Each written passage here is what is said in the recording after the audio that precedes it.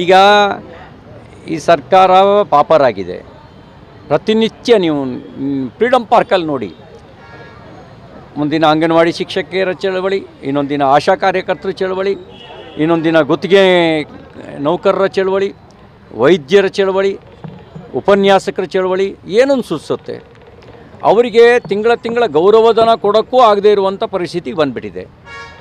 ಗ್ಯಾರಂಟಿಯನ್ನು ಹೆಸರಿಗೆ ಕಳಂಕ ತರೋ ರೀತಿಯಲ್ಲಿ ಸನ್ಮಾನ್ಯ ಸಚಿವರು ಮಾತಾಡಿದ್ದಾರೆ. ಗ್ಯಾರಂಟಿ ಅಂದ್ರೇನು?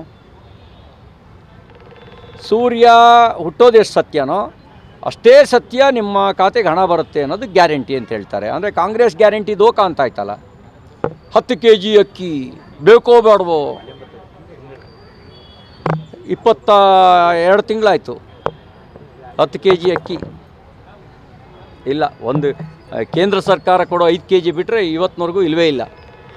ಮತ್ತು ಗ್ಯಾರಂಟಿಯಾಗಿ ಇವರು ಕೊಟ್ಟಿರೋದೇನು ಅಂದರೆ 16 ವಿವಿಧ ಅಗತ್ಯ ವಸ್ತುಗಳ ಬೆಲೆ ಏರಿಕೆ ಮಾಡಿದ್ದಾರೆ.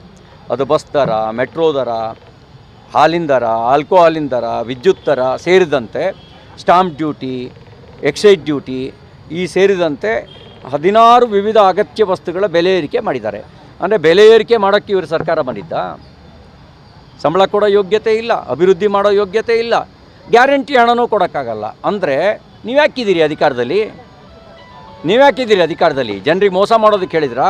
ಬೇಕಾ ಬೇಡವಾ ಅಂತ? ಕಾಕಾ ಪಾಟೀಲ್ ನಿನಗೂ ಫ್ರೀ, ಇದೇನು ಮೋಸ ಮಾಡೋಕ್ಕೆ ಹೇಳಿದ್ದು? ಈ ಸರ್ಕಾರ ಪಾಪರಾಗಿದೆ ಅನ್ನೋದು ಭಾಳ ಸ್ಪಷ್ಟ.